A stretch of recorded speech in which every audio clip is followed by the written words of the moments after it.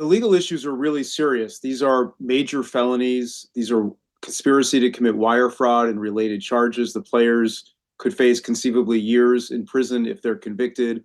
Obviously, they haven't been able to tell their side of the story yet, so we'll find out how the defense surfaces. But super serious, and the allegations are that there's a player, there's a coach, a former coach, all of whom, of course, have access to information.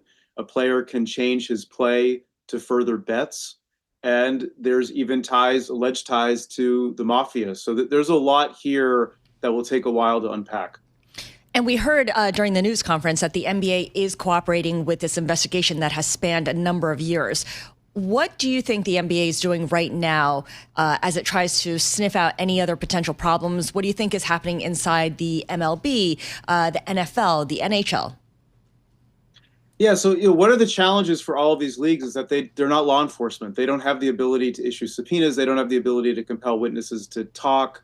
They're really contractually bound in terms of their authorities. So they can do a lot as to investigations. And the NBA investigated Terry Rozier, who was one of the players that was charged today, and didn't find wrongdoing. Now, the NBA, again, doesn't have the same access to information that law enforcement can do. And law enforcement, of course, can threaten people. I mean, this is the real power of the Justice Department. They can get a witness and tell the witness, you're going to be charged unless you cooperate. The NBA can't do that. So the leagues are all going to be, I'm sure, super diligent. They already are, to be honest. They already work with gaming partners to try to monitor activity, but they are bound a bit by the fact that although they're powerful, they're ultimately just private businesses.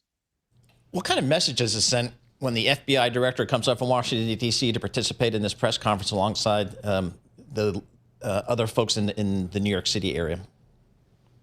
It's certainly prioritizing it as a matter of interest, that illegal gambling is something that the Justice Department and the FBI will look into with great scrutiny. Now, a cynic may say that they're doing this because the media will cover it and that it is a high-profile event that is intended to get headlines. And so I imagine the defense will likely argue that this is really trying to aggrandize a topic in a way that doesn't warrant it.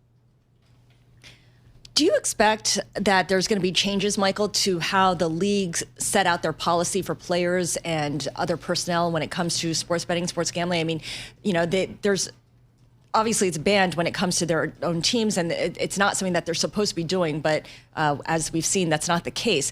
How else can they crack down harder?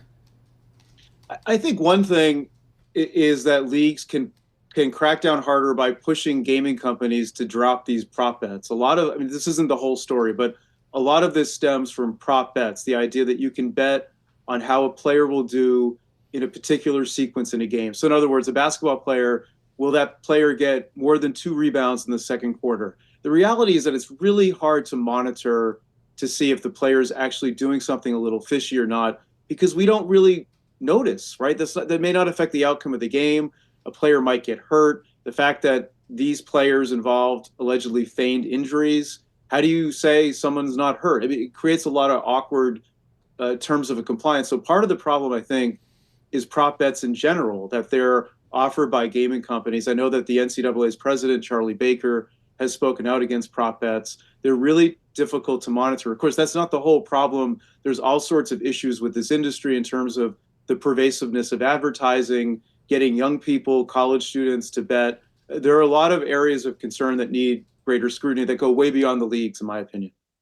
So one of the things I learned just thinking and reading about betting in sports, illegal betting, is it's actually been pretty prevalent in lower level tennis matches that kind of fly under the radar, but it's just 2 individuals on a court, and that's where they've seen a lot of issues, which I wouldn't have thought about. I didn't think there was that much money there, but what's your sense of how pervasive, I don't know, game fixing, match fixing? I mean, we see it all over the world, European soccer as well. It feels like it's much more pervasive than we know.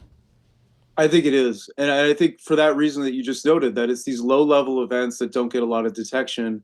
Why are people betting on ping pong and low-level tennis and these other sort of obscure things? And the reality is that I think that people are addicted to betting, and that this is their channel to bet on sports and very hard to monitor. So the question becomes, I think, the legal question is, should the market allow these bets? I mean, that's really the fundamental question. And many would say, well, people are adults and they can do what they want. We let people buy stocks, speculate on property, all sorts of things. Why do we take away betting from them? And that is an area of resistance. On the other hand, I think we should all be concerned, particularly when it involves high school students and college students, right? I mean, these are not people that are fully mature.